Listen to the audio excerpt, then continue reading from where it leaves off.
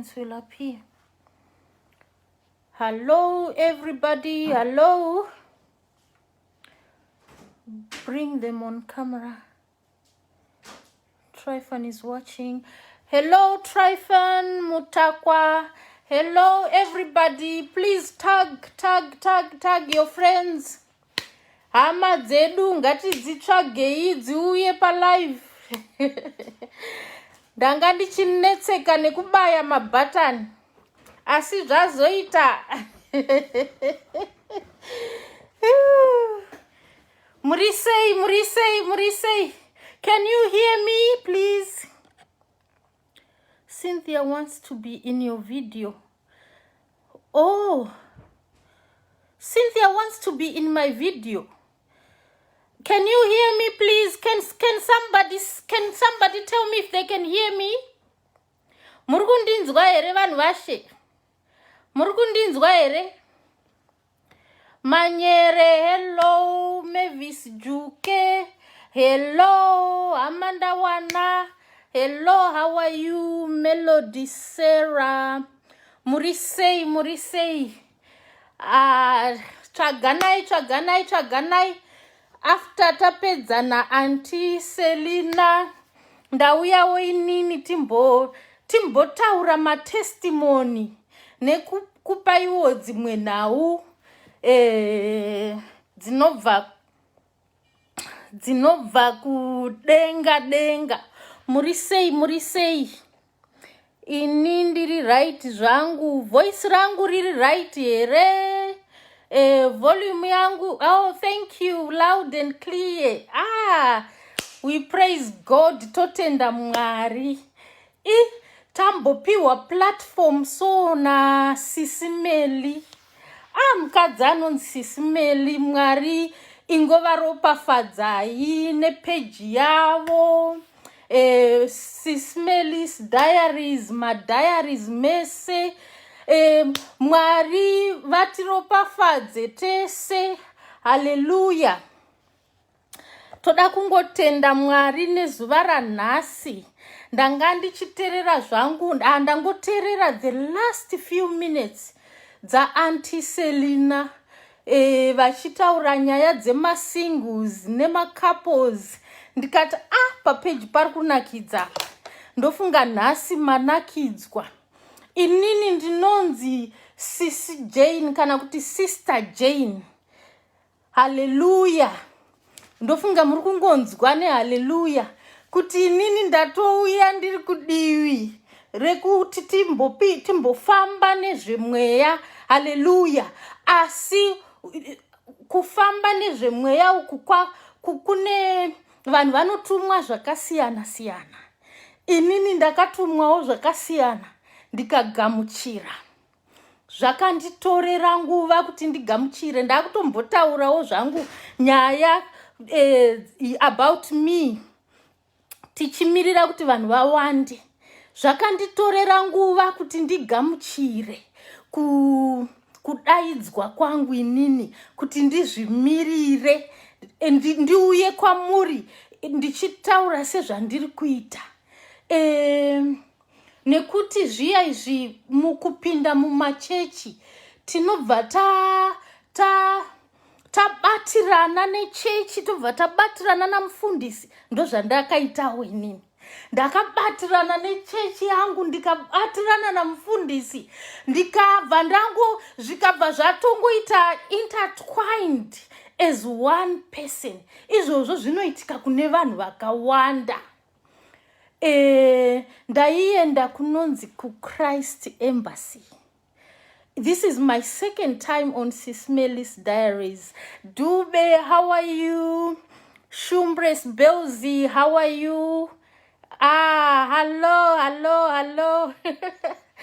Hello everybody. Kupinda pa live panapa ibasa.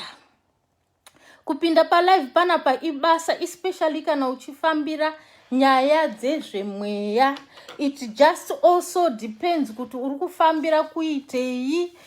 Sometimes urikufambira kuzotaura zvakavanzika uchizvibuditsa pachena. kana uchiuya kuzotaura zvakavanzika uchizvibuditsa pachena, dzimweni dzenguva kurwiswa kwacho kwakanyanyisa. Saka ndinoda kutenda Mwari kuti ndiri panapa. Hallelujah. Inini ndaipinda Christ Embassy ndisati ndatumwa kuti ndiuyewo ndine kona yangu. MuBhayibheri munonzi the body of Christ is a body. Rumwe ruoko, rimwe iziso, rimwe igumbo, umwe idumbu, umwe mhuno, zvakamira zvakadaro. Saka inini ndanga ndiri member of another church. Until ndazonzi ndine kanguwo kabato in the body of Christ. Kandinofanira kunge ndichibata ndiri. But zvakanditorera nguva kuti Mwari ndinyasoteerera zvavari kutaura kuti ndine panguwo. A lot of events had to happen kundibvisa pachechi yandandiri, kundibvisa pamufundisi wandandiri. I almost died. I almost got killed. Ndichiramba ndichienda kuchechi ikoko. Pandakazoda kuuraiwa, ndaenda kuconference kuchechi ikoko against God's wish. Nekuti nguva yangu yekuti ndichitanga yangu ministry yanga yakwana. Hallelujah. Ndo pandakazoti izvi zvinhu zvakutondiurayisa izvi, regai ndichiteerera. Hallelujah. Kana muchiziya kambo ndichimbokateerera kanonzi kuteerera kunokunda chibayiro. Kambo kakaimbwa nababa Charamba kana kuti namai Charamba. Because ini ndanga ndiri kuziva hangu nechirungu, because tajaira vazhinji kuti verenga maBhayibheri nechirungu. Ndiri kungoziva kuti obedience is better than sacrifice. Saka ndanda kuda kuti ndione kuti sacrifice inombonzi chii nechishona. Kuitira kuti ndigotaura ndichimixa zvangu. Ndopandazoti regai nditsvage masong, ndobva ndaona yababa Charamba yanga ichiti sacrifice chibayiro. Kuteerera kunokunda chibayiro. Hallelujah. Inini kana ndiri kutaura nyaya yekuteerera, ndiri kutotaurawo from experience. Kuteerera kunotinetsei dzimwe nguva. Understanding yacho kuti ikubate, ikusimudze, uite zvawataurirwa kuti uite, zvinotinetsei. Izvi zviri kuna 1 Samuel 15 tichibva kuverse 1 kuenda kuna na 22. Tinoona kuti, regai nditange nekuti, the hardest person to lead is yourself. The hardest person to lead is yourself. The hardest person to lead is me. Inini Mwari vakatosvika pakuda kutondiuraya, not kundiuraya, but kundisvitsa pastage kuti ndakutouraiwa because I wasn't listening. Moses wakasvika pakufa nekuti kuteerera kwakazenge kwakumunetsa munguva yacho iyoyo, in that moment. Hallelujah. The hardest person to lead is ourselves. Toita sei kuti tiite kuti tive vanhu vanozviramba, vanhu vanozvideredza pana Mwari, kuti tifambe nenzira yaMwari. Every day in the morning, the person we see in the mirror is the hardest to lead. Every day makusenti chitarisa mumira, watinotarisana naye is the hardest to lead. Why this issue is important is because my churches, Zimbabwe and other countries, are being closed. And now is the time to lead ourselves. Now is the time to lead our families, our children. But before we lead our children into prayer, before we lead our children into meditation of the word. We have to learn to lead ourselves, the person we see in the mirror. How do we lead ourselves? Meditation. For me, I give an example today. I think I wasted about 4 hours. I'll be knowing what I want, but I'll get caught up in other things. How to go over it? Mwari vari kuti ivo. We must meditate and declare to ourselves, to that inner man ari matiri. Because we have become churches ourselves. Isu tadzokera kwekutanga kweshoko ramwari, kumwongo weshoko ramwari, kuti tava chechi isusu. Nekuti machurches mazhinji akavharwa, pamwe hatina data to follow the pastor paningirikiri. So ndiri kuti Mwari vari kuti isusu tidzokere pakuwa chechi isu pachezvedu. But how can that be possible? It can be possible by learning how to lead ourselves before we lead our children into prayer. Hallelujah. Before we built an altar in the house where children know that this is where we pray. We are back to those days, Ahmadzangu, we are back to those days where we need to have altars in the house. Altars to pray. But this comes from obedience. Or being obedient to the word of God. Kuterera.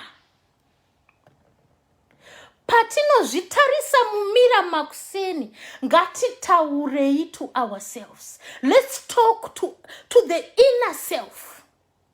Let the inner self talk to the outer self. What iwewe? Obedience is better than sacrifice. Today, I will be obedient. I will not be obedient to you that I see in the mirror, but I will be obedient to the inner self. Hallelujah. I will be obedient to those commandments that are written in my heart. Hallelujah. I will be obedient. Today I activate the inner self. I activate that Christ in me. Hallelujah. To lead me throughout the day. Please, ngatitagane, because this is about life. Obedience is about life or death. Hallelujah. Ngatitagane, obedience is about life or death. Rufu nehupenyu zvirimu obedience. Hallelujah. Ngative vanhu vanodeclare based on verses. Ngatitsvagei maverses tisati tarara. Wakuenda kunorara une vesi here to declare in the morning, so that you are not led astray. You need to have a verse raunoti iri ndo randichamuka naro makuseni, to declare to this person watinoona kunze kuti this is not your time to lead this. You are not leading me. The one leading me is the one inside of me. Hallelujah. Ndanga ndichida kuti titi one day nditange ndine nhau dzandinadzo dzinobva kuna Mwari. Ndichakuudzai hangu nyaya yeobedience. Ndambopedza zvinobva kuna Mwari. Ndichapedzisa nenyaya yeobedience yandiri kutaura. Ndombotaura zvinobva kuna Mwari. Hallelujah. Jehovah vari kuti chii nenyaya yekorona. Inini ndiri bato randakazonzi nditange naJehovha. Ibato rekuti Jehovah vanondiudzawo zvekukupakurirai. kuti vari kufungei maererano nezvinhu zviri kuitika mazuva ano. Because of this commandment to be obedient, ndiri kuuya nazvo, whether zvazokufadzai kana hazvina, asi nekufamba kwenguva vamwe vanozoona zviri zvinhu zvinobatika. Izvi zvandiri kuuya nazvo zvinhu zvabvawo kuna Jehovha. For these past few weeks, for these past maybe for in the past month, the mind of God. I'm bringing you the mind of God in the past weeks, in the past months, about events that are happening. Hallelujah. Ndoda kuti nditange nenyaya yecorona. Toti koroka. Kuti tisashandisa zita chairo munongoziya ma-platforms acho anobva anetsa tikashandisa zita chairo toti koroka. Tikati koroka tiri kutaura zvekubayiwa zviriko mazuva ano nezvirwere zvemaflu muri kuziva virus iriko. Hallelujah. Jehovha vari kuti chii pamusoro pekoroka virus? Jehovha, ndati nditange nezvaJehovha. Hallelujah. The mind of God is so different from our minds. Hallelujah. Then ndozopinda hangu mumatestimony angu. Hallelujah. Jehovha vari kuti koroka is real. Koroka iriko. Koroka virus. Muruziya zvandiroda kutaura. Koroka virus is real, ndo zviri kutaura Jehovha. I'm saying this out of obedience. Zvandambotaura. Obedience is better than sacrifice. Koroka virus is real. Iriko. Yakagadzirwa kuChina. Kumareba ekuChina. Ndiri kutaura zviri kubva mumind, zvakabva mumind yaJehovha. Yakagadzirwa kuChina, mumalaboratory ekuChina. Hallelujah. Marutsu ayo, they are from pit of hell. Marutsu ayo, ekoroka virus, from the pit of hell. Asiya zo manifesta into real from China, kumarebu ekuChina. Ndosaka ndichiti nini, dzimwe nguva kuti ndisvike panapa. It takes a lot of fighting. Hallelujah. But I'm here to say it. Hallelujah. Because mukaenda kuna Revelation 12, kunana 11, verse 11. Muchaona kuchinzi. Angel Michael, vakarwa hondo yavo na Satani. Vakarwa hondo yavo na Satani. Kubudikidza neropa ra Jesu. Vakarwa hondo yavo na Satani. Hallelujah. Kubudikidza ne word of testimony. Hallelujah. Chimwe chakaita kuti vadzikise Satani kubva kudenga, hanzi vanorwa kusvika pakusatya kufa. Indiri pano nhasi kuti ndinotaura kusvika pakusatya kufa. Hallelujah. Out of obedience. Hallelujah. Obedience yandandichataura. Koroka is real. Yakabva kuChina. Ndo zvakataurwa naJehovha. Koroka iyi. Hallelujah. Hanzi zvayauya kudai. Jehovha vakati pane kutengwa kuchaitwa. Kutengwa vanhu vachitengwa, vakuru vedzinyika vachitengwa kuzvichipinda muvaccine. Kutengwa uku kuri kupinda nemuvaccine. Hallelujah. Vaccine iyi yauya hanzi naJehovha namata zvinokudza hana kuti uite pavaccine. Zvinokudza hana yako kuti uite pavaccine. Wanamata ndo zvaunoita. Asi hanzi naJehovha zvasvika panguva iya yekuti iwaya mavaccine, iwaya zvinoenderana nekoroka virus. Zvasvika panguva yekuti hana yako ikakuti tiza. Don't think twice. Hana yako ikakuti go. After prayer, then you go. Hallelujah. But hana yako ikakuti run. Ndo nguva dzemazuva aya muRevelation yekuti vachamhanya kuenda kumakomo. Pasisina, it's not that kind of faith iya yekuti hanzi Jehovha vachazviita wakamira uchitenda wakamira. Mazuvana ekutenda wobva watoita. If your heart says no, then you run, you don't walk. If your heart says yes, then you go. But what again is God saying? Pamsoro pe koroka virus. Pamsoro pe koroka virus. Mwari vari kuti haisiri yoba the launch of the mark of the beast. Jehovah vari kuti koroka virus haisiri yoba the launch of the mark of the beast. Asi hana yako ikakutitiza, this is the time to run, not to walk. Hana yako ikakuti enda. But hana yako ikakutitiza, don't be afraid to run.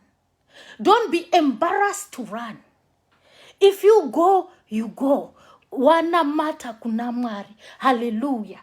Iyo koroka virus iyo hii. Aisiri yoba ukana ukatiza. No, it's not the launch of the beast. Aisi launch of the beast. Koroka virus. Hanzi mamviro ezvichauya zvakawanda. Koroka virus mamviro ezvichauya zvakawanda. Hanzi na Jehovah vanomari tengai. This we can still buy. The beast is koroka virus is not the launch of the beast. Why? Because launch of the beast kana yawe ya kutenga ne kutengesa kuchaneta. But Jehovah vari kuti for this time and for this season and for this period we have time to buy and sell. Vanoda kutengesa manyai mchitengesa, vanoda kutenga vane mari tengai. This is not the launch of the beast. But if your heart tells you to run, do not be embarrassed to run. Do not be afraid to run. Hallelujah. God will speak to your hearts. No secondary kuti obedience is better than sacrifice. This is time to where we need to learn even the meaning of obedience. Hallelujah. The launch of the beast is not now. The koroka is not the launch of the beast. But if your heart tells you to run, don't be embarrassed to run. Okay. Toyenda kune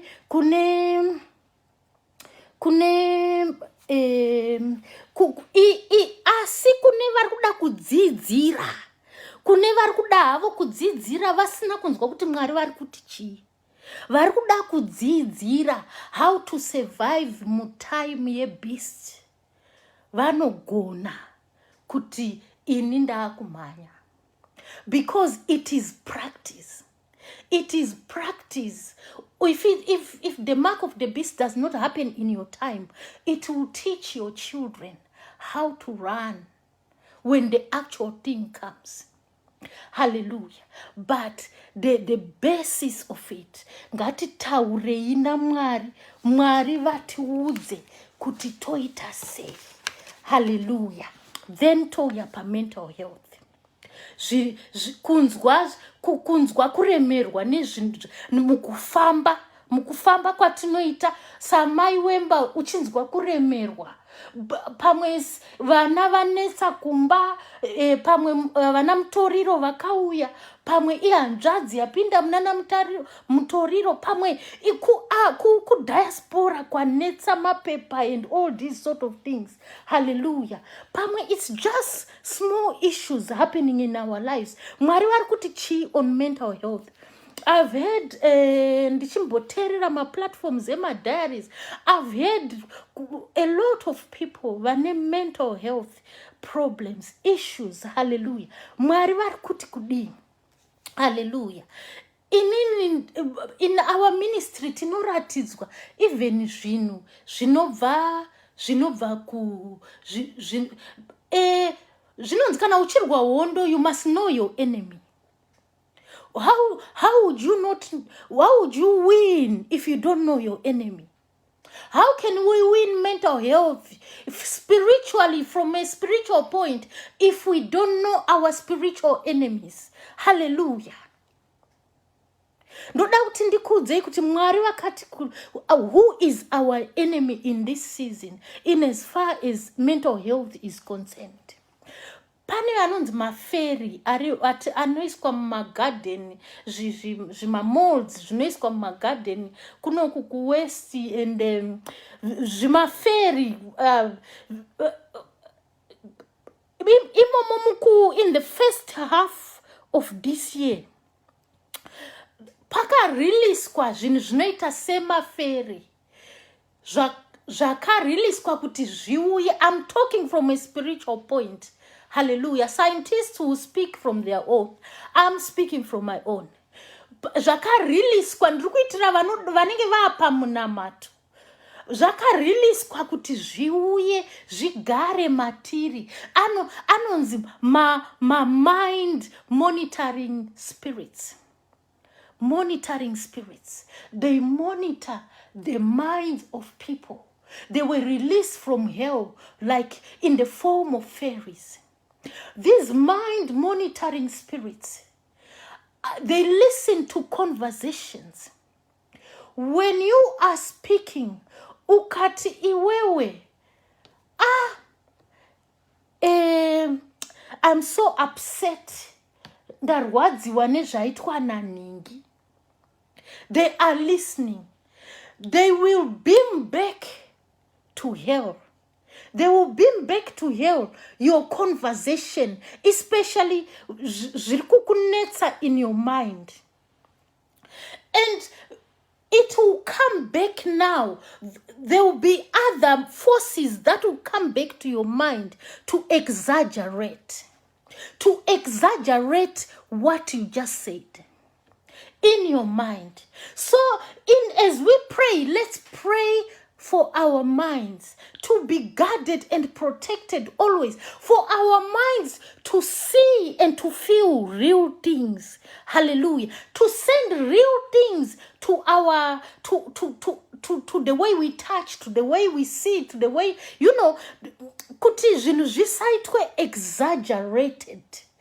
Pane this strategy in the spirit to exaggerate things. Ukanga wanzwika uchitaura kuti I'm upset about this. There are these forces that are coming to exaggerate that issue ya urukutaura. To exaggerate that issue ya urukutaura in such a way that in no time you will find yourself being overwhelmed by things that you say. If you don't guard against your mind and the way you speak, of course, speaking is good. You release zvinhu zvinotirwadza mumwoyo. But when you release, declare. When you release, ukanga uchizvirelease ma issues zvinorwadza, don't forget to declare. So that you guard your mind from masenses ako kuti exaggerate. Kana ukanzi une 5 out of 10, the devil will come and give you 8 out of 10. No, that's the weight of your problem, which will not be real. So every morning, let us pray for our minds that there is no exaggeration sent to our minds. Why? This is real. Even the figures we've been getting about Koroka, can you see that they are even exaggerated? Most of them, they are exaggerated. Some of them are exaggerated to be very low. Some of them are exaggerated to be very high. Some of them, they don't make sense. This is the season Satan yaari kushandisa ku exaggerate. Exaggeration as a weapon. So if ever you get depressed about something, sit back and look at it properly. Is it worth putting me down the whole night? Is it worth putting me down the whole day? Is it worth keeping me in the house and not getting out? Is it worth going to fight? Zvanga zvichitaurwa na Auntie Selina nevanhu vanga vari pana Auntie Selina. Is it worth for me going to fight that woman? Satan ari kushandisa exaggeration such that you end up uchienda kunorwisa munhu nezvinhu zvekuti wapedza kumurwisa, you come back and say, what have I done? Was that me? Because as soon as you respond wrongly or according to the monitoring forces, wapedza kuresponda badly, that's when the devil will leave you to see for yourself how much worse you have fallen. Hallelujah. So there are these spirits of exaggeration. They are there. They are affecting mental health. Yedu isusu. Mental health, you unovra news. You don't know what is right and what is wrong. This exaggeration is not only aimed at our minds directly by these fairies. It is different platforms, media platforms, and different outlets are being used as well to usher out exaggerated numbers, exaggerated stories. Hallelujah. Just kuti vanhu vangu very mentally unable. Hallelujah. Ndoda kuti ndiuye pane imwe point yandakaudzwa naJehovha kuti ndikuudzei, inyaya yerufu rwaTB Joshua. Nyaya yerufu rwaTB Joshua. Hallelujah. Nyaya yerufu rwaTB Joshua.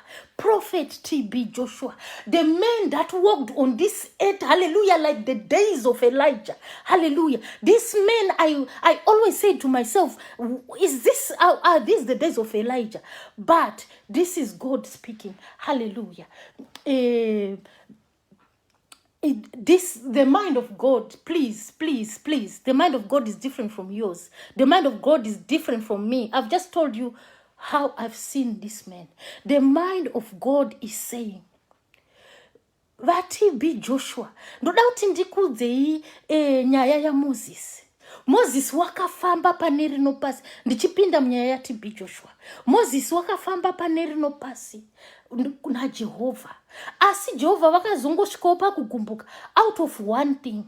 And rufu rwake rukazova a warning to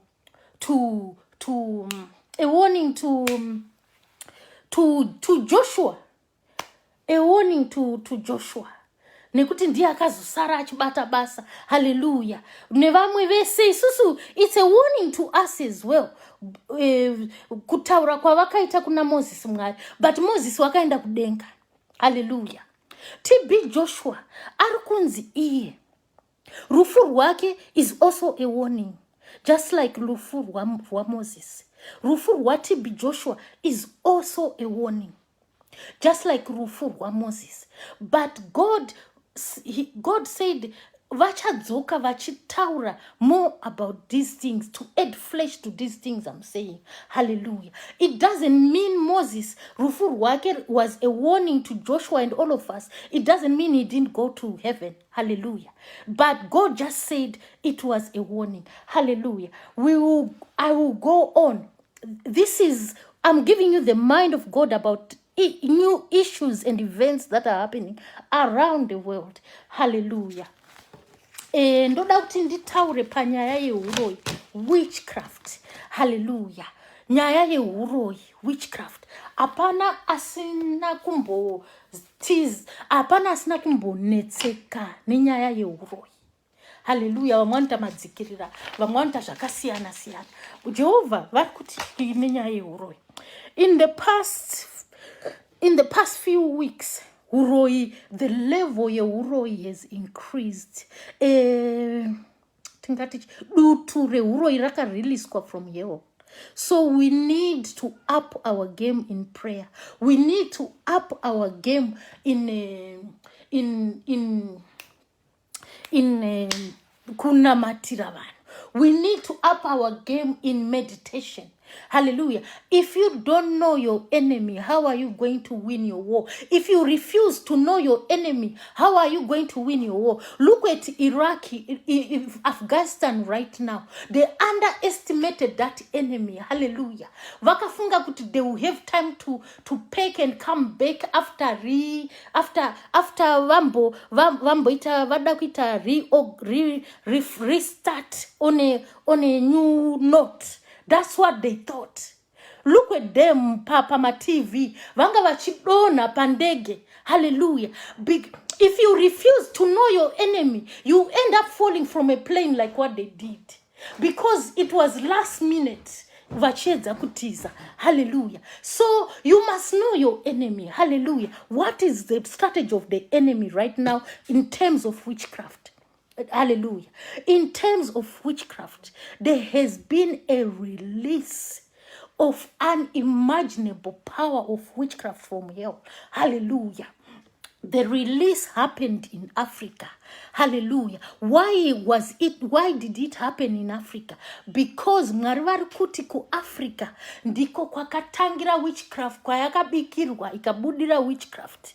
Ikazotenderera kune dzimwe nyika yakupracticewa kune mamwe manyika. Ndosaka this other cycle of witchcraft yabudira mu Africa. Yabuda in this past month. Yabuda yakawanda kuchaita vanhu vachaita minana yakasiyana siyana through witchcraft. But we also need to pray. Hallelujah. This is so you need to pray. So you don't fall like a plane seven week Afghanistan. Kudona mndege because they underestimated the enemy. Hallelujah. In Jesus' mighty name. Hallelujah. The most important thing, do not fear. Do not fear. Satan kudona kwa akaita kudenga achidzika pano pasi. Vana angel Michael Hansi, they were prepared to fight unto death. Hallelujah. And wanga hari prepared kurwa kushika mukudeuka ropa. They were prepared. Hallelujah. Kufa. Vachirwa. You must be prepared to face the demons that follow your bloodline. You must be prepared to face the demons that follow. Hallelujah. Your children. You must kana mwana achita zvemutoriro. Do not be scared. Do not be scared. This is not time of faith yekuti mwari vachaita. It's not the time. That's why you must not underestimate the enemy. This is the time you have to take steps. You have to, just going kurumuko, just going kunonamat will not bring any change. You have to take steps. Hallelujah. Be brave. These are the days of David. Hallelujah. These are the days. Hallelujah. Hallelujah. These are the days. Hallelujah. Hallelujah. Hallelujah. Of using your energy against the devil. Hallelujah. In your family, in your houses, wherever you are. These are the days of faith with action. Faith in action or action in faith. Whatever it is, as long as you are doing. Don't say, I will pray. Mwana chenda kumutoriro. If it means you lock him. Lock him up. If it means unomendesa kumusha, muendese kumusha. Oh, not just kudin. Do something. Pray, do something. Pray, do something. Ne vaccine virus. Do vaccine, vaccine rico. Do something. If you have to run away, don't be scared. Don't be embarrassed to run away. Hallelujah. It's the time of doing things. Kuita zvinu. Hallelujah. Faith iyaye yakafa ndo mazuva ekuti takundoda kundotarisana ne ma days a beast. Faith here yekuti ndichangonopfugama will not work in this season, and you have to start practicing now, so that if it doesn't happen in your time, your children will learn from how you practiced your faith. Hallelujah. Parufuru watipi Joshua tatara kuti it was a warning. It doesn't mean he went to hell. It doesn't mean what, but God will talk to us in his own time what it meant. Hallelujah. Moses' death was a warning to Joshua and to us. Hallelujah. But he went to heaven in the mighty name of our Lord Jesus Christ. Hallelujah. Then mamiriro ekunze. Mamiriro ekunze, what is God saying? Mamiriro ekunze, hanze achange akango chinja. Zvichaitika zvakawanda, angawa mafloods, ingawa moto, zvingava zvii, kupisa, inguwa iya yekuti andina mbotaura kuti Jehovah vati ikoroka is just a first of events to come. Jehovah vari kuti mamiriro ekunze, events are coming now. They will start happening soon. Mamiriro ekunze, weather dzichinetsa. Saka vanhu ngatingoyai vanhu vanonge vanonamata, vanhu vanogadzirira. Hallelujah. Kuti mamiriro ekunze kana anetsa tiwanikwe tiri panzvimbo. Hallelujah. Then kuchaitikwa strange things and strange events. This is also the season where strange things and strange events will start happening. Because mishonga nezvese vanhu vachatanga kuita events kungoita miracles, mapipi akangosiyana siyana. God is calling these things strange. Hallelujah. God is calling these things strange. That means they are not of Zion. God is calling them strange. When you see them, your heart will tell you, hallelujah. Then the other issue is about governments. Governments all over the world. I cannot say all of them, but I think it will be a sizable number. Governments and the people these governments lead. Vano lead wanema governments iwayai. There is going to be a big gap of understanding between governments and the people being led. Government inenge ichitawo zvayo, vanhu vachiitawo zvavo. Tasvika munguva yekuti governments hanzi naJehovha dzichange dzichiitawo zvayo, vanhu vachiitawo zvayo, pasina kunzwisisana. Hallelujah. Zvoita semazuva aya ekunana judges. Hallelujah. Semazuva ekunana Samson kunana judges uko. Hallelujah.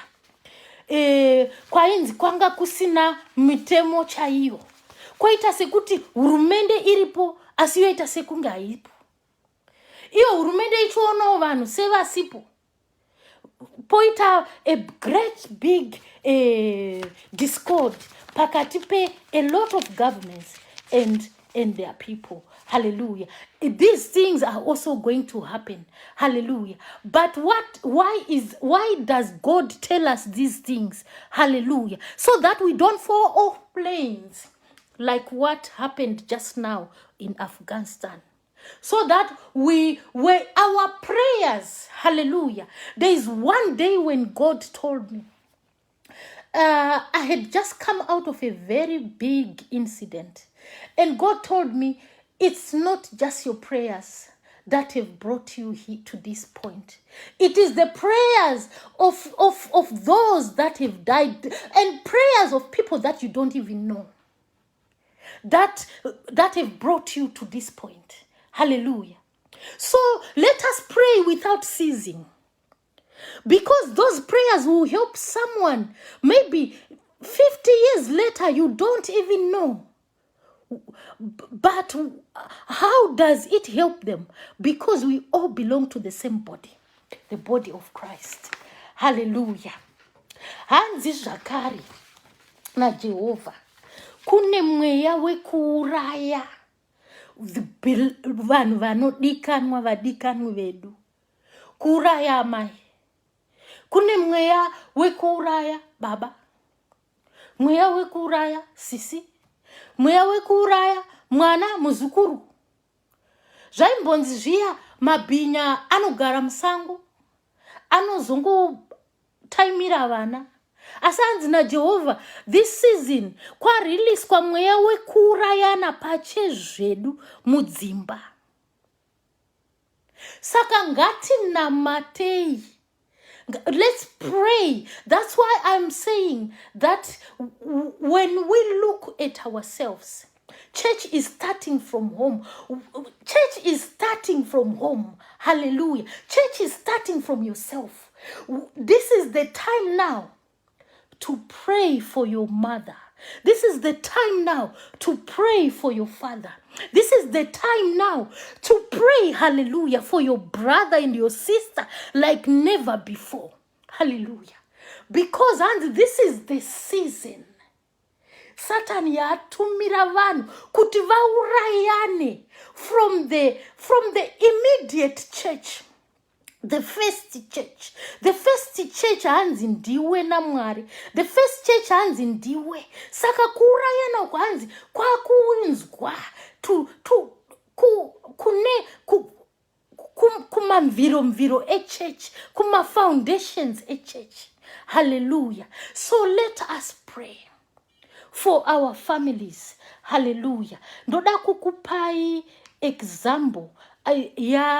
Jehovah vanduudza this year, but this I've been facing this myself. Hallelujah. Ndakupinda mu testimony.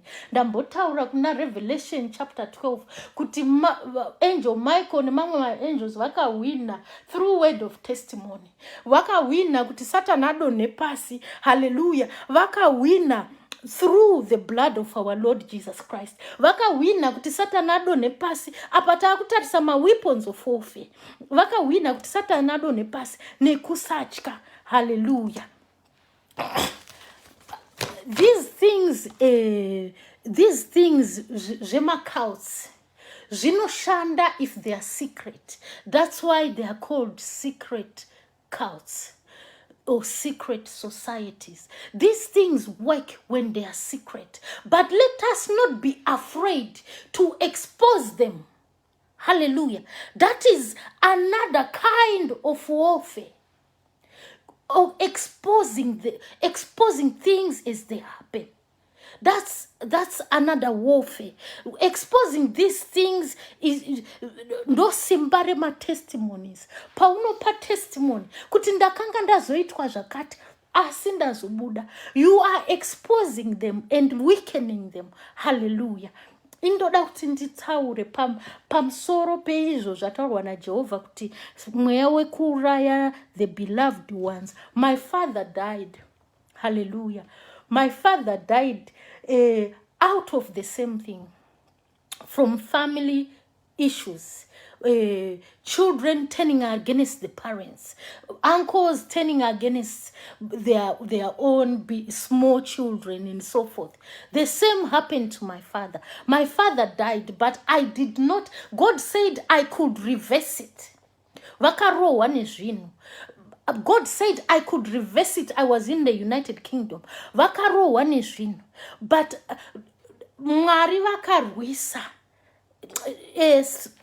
Mweya yenyika ino yakarwisa ndikatadza kuva neaccess na baba vangu kusvika vafa vanga varohwa nezvino. Hallelujah. But it is also my level of obedience. Andina kuti I am going to pray for him whether you like it or not because I'm his child. Andina kusvika pa extend iyoyo. Ndakango zvininipisa ndo obedient ndo faith rikurambwa naMwari to stand back and say Mwari havadi. This is time when that verse which says the violent will take it by force. Hallelujah. This is the time. When my father died, I wasn't violent enough. Hallelujah. And he died varowa nezvino. Hallelujah. Because I didn't budge my way to him. Kuti ndivanamatire, because Jehovah wangati that thing can be reversed if you go and pray for him. Hallelujah. Vakasvika pakufa a few days later varowa nezvino. Zvinhu zvakatanga zvauraya huku pamusha, huku dzaimonywa musoro, ndo mafira adzaita, dzozviwiwa musoro, hanzi huro yacho inenge yakareba kudai, pavani muka makuseni, huro dzine dzakareba kudai, huro dzehuku pamusha. Saka zvakaitika, huku dzichingofa kusvika zvinhu zviya zvazo, we didn't know what was happening. Inini I was here, ndaingonzwa kuti huku, and they took it lightly, so they were questioning it. Why? They knew someone was pulling, kuti dzife. Hallelujah. Saka after kufa kwehuku, baba vangu ndo vakabva vazouraiwa. And that was the first such death in our family. Maona ndo kupinda kwakaita this thing in our family. Hallelujah. Through one of us. And also now, the other lesson is why you should know in advance is if it happens in your family, you should know how to respond. You mustn't hate, but you must pray. Hallelujah. You must also expose. Hallelujah. These things work when they remain secret. Hallelujah. You must testify and expose in the mighty name of our Lord Jesus Christ. Hallelujah. These are the days of no fear. These are the days of testifying even if you die, in the mighty name of our Lord Jesus Christ. Hallelujah. These are the days when apo vane vakapiwa chipo chekurwira Jehovah must stand up without fear. Hallelujah. Saka baba vangu vafa kudaro, andakabva ndangogara ndiri kuno kuUnited Kingdom because I wasn't given access. Pakabva pangoitikawo my events ekuti I couldn't be there, and so forth.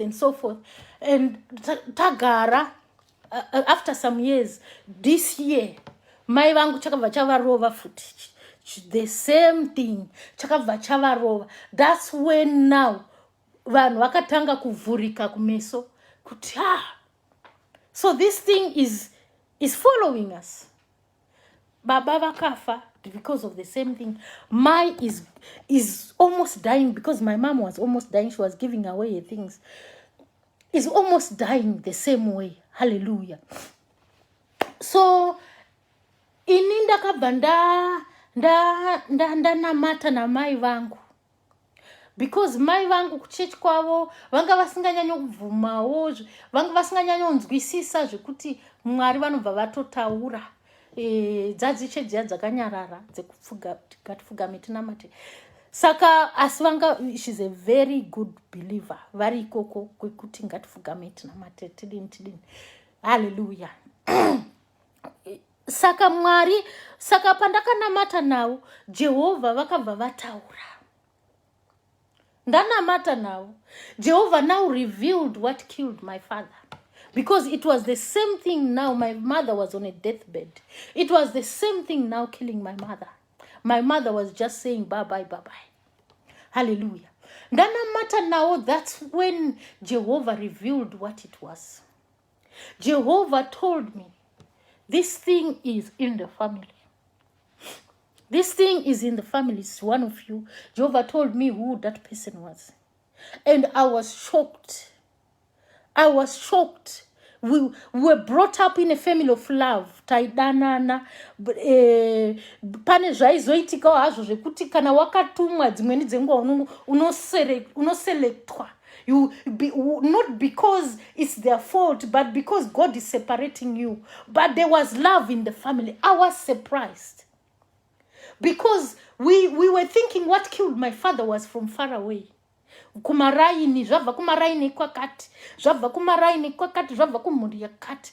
But God revealed it when my mom was now dying. God said, it's so and so in your family. Hallelujah. And God said, but there is a solution. Mind you, this is the second time. Before my father died, God said there's a solution.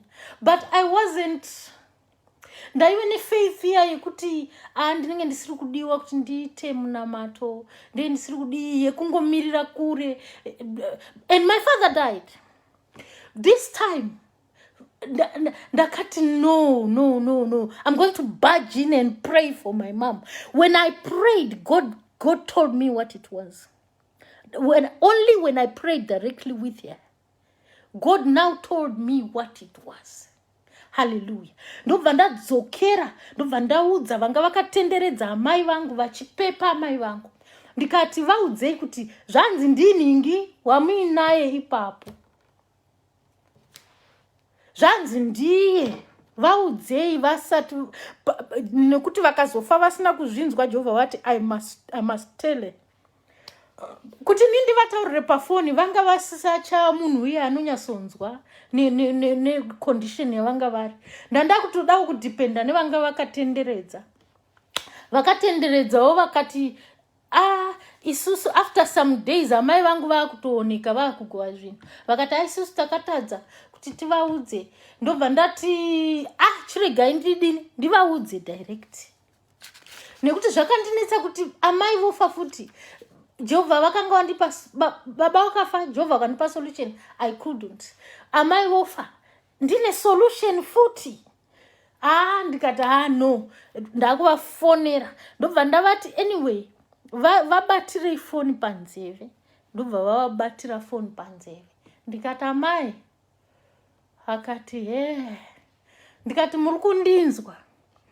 Zvikanzi ndikati amai Jehovah vandiudza kuti munorarama sei. Vandipa solution kubva mukunamata kwandakaita nemi musuya. Jehovah vakandipa solution yekuti munorarama sei. Zvikanzi ndikati ndotaura here, zvikanzi ndiudze. Ndikati zvanzi naJehovah. Ipapo pamuri ipapo ndipo pavana venyu ningi. Because these things have to be exposed. Otherwise, if you keep it secret in your families, that's how they will continue working. Hallelujah. So, ndikati mwana wenyu zvanzi ningi. Ari pamuri ipapo. Ndiye ari kukonzera zvese izvi. Jehovah vati simukai. Kana solution ndeyekuti mumbosimuka.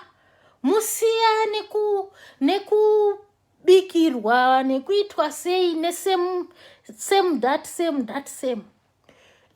Simukai. Ndikati asi it's a choice. It's a choice yenyu amai. Muri kundinzwa here. Zvikanzi ndiri kukunzwa. Ndikati but it's a choice. Tozonzwa kuti mafunga kuti kudii. The following day ndaka receive a text. Zvikanzi amai vati vakutedzera solution. Amai vangu vanga vapa stage yekusa vaitorambwa nemabhazi hapana aida kutakura zvakadaro. So one of us akadriver kunovatora about 300 kilometers kunovatora kuti vabve paenvironment yavanga vari. Vabve kutiza mwana wavo kuti vararame. Within a week mai vangu vanga vakutoita mabasa. Kwavanga vaenda kunochengetwa ikoko vanga vakutoita mabasa. Ndikachitumirwa mapicture vakutotsvaira yard. Because munhu anoda kuzviitira munhu ato almost 90 years. Amene kuti vanhu tiri kunetserei hama dzedu zvakadai. Vanga vari almost 90 years. But she has always been hardworking. Hallelujah. Saka within a few days, 4 or 5 days, mai vangu vanga vakutoita mabasa. Hallelujah. Vatopora and it was munongoziva kumusha vanhu vanenge vakutoziva kuti ndo chakauraya murume wavo ndo chazovarova vakutoenda vanhu kumaraini they know vanozivana like our palms. Saka pavakadzoka after about 2-3 weeks Jehovah vakazoti kana vadzoka ndichakupai imwe solution. Vakazodzoka right vasimba. After about maybe a month or 3 weeks she didn't do anything. Vaenda Mwari vakati just go. That's the solution for now. Pavakadzoka pamusha after 1 month or 3 weeks vasimba. Jehovah vakati now this is the solution. The solution now is to pray. The first solution was to go away. Now you are back. The solution now is to pray. Na nasi amai wangu, she's 89. She's 89, yeah. Amai wangu vakasimba vanopinda mumunda. Zvakaitika about 3-4 months ago. Vanopinda mumunda. But she doesn't. Avakanganwe kunamata. That was the solution she was given. My father died because I wasn't violent enough to go and pray for him, or to say kuvanu, please give me access through the phone to him. But ndakangoti avana vasuda kuti ndivanamatire. Rega ndisiyane nazvo. But God had given me a solution, and my father died. It took now the deathbed of my mom to be violent enough. I had to be violent enough to say, this time I'm praying for her. After praying for her directly on the phone, that's when God gave me a solution. Hallelujah. And she is living up to now. Hallelujah. Saka inguva yekuti mukoma vari kuraya munin'ina, sekuru vari kuraya muzukuru vari kuraya sekuru. Inguva yekuti we need to pray for our family. Ngatingoregai kumanya kumachechi tisina kunamatira our own families. And when it happens in your family, do not respond in anger. Do not respond in anger. Do not chase each other. Nematemo. Faith does not work that way. Hallelujah. Hallelujah. Hallelujah. We are in Heavenly Springs Ministries. And please subscribe. Ndoda kuti ndisvike ku 1000 subscribers. Ndione ukuita my live shows. Ndoda kutenda platform inoi because ine vanhu ve faith dzakasiyana. Ndo matinotitauya nezvirauro. Hallelujah. Hallelujah. Nekuti haungati wewe ndakuno advertise Coca-Cola ku Delta Beverages. You cannot advertise Coca-Cola kufamba nema placards Coca-Cola ku Delta Beverages. What we are watching, ndauya kuzo advertise Coke. But I like this platform because it's a river and a lake where you can find fish. Hallelujah. Hallelujah. And where you can strengthen others who are also fishers. Hallelujah. There are fishers of men on Sis Melly's diary. Hallelujah. And there is also fish. Hallelujah. That's why I like this platform. That's why I like to talk on this platform. Hallelujah. You cannot take Coca-Cola and say, I'm advertising Coke. No. But you take it to the people. Hallelujah. This is a platform of the people. Hallelujah. Be you blessed in Jesus' mighty name. Hallelujah. 1 Samuel 15 verse 1 to 22. Moverengawe papa nyaya ye obedience. Inokubatsirai obedience. Ndo yazuraramisa mai vangu up to now. Hallelujah. Ivai makakomborerwa, ivai muri vanhu vanonamata. Obedience, declare obedience in your life. Terera kunokunda chibairo. Listening to God. My mother is still alive because I listened to God. Hallelujah. My father died because I listened, but I did not take enough action. Hallelujah. So now let us learn, hallelujah, as we go and praise God so that God will be honored. Hallelujah. Kumusha kwa mai vangu, it's a miracle to everyone that my mom is back in the field. Vakafurura chibage chavo and everything. Vari kutogadzirirawo zvimwe kutonongora nzungu. Vari kutotonga pamusha pavo vachitakwaira. In front of the enemies, her table was prepared. Hallelujah. Gatinamatei nekusingaperi. Hallelujah. Soldiers of the cross. Hallelujah. Hallelujah. Hallelujah. In Jesus' name. Be you blessed. See you again. Heavenly Springs Ministries. Please come and subscribe. In Jesus' name. Bye-bye. Bye-bye. Oh, hallelujah. Chirega nditsvaga hanzi chiko ndoti finish. Bye. Bye.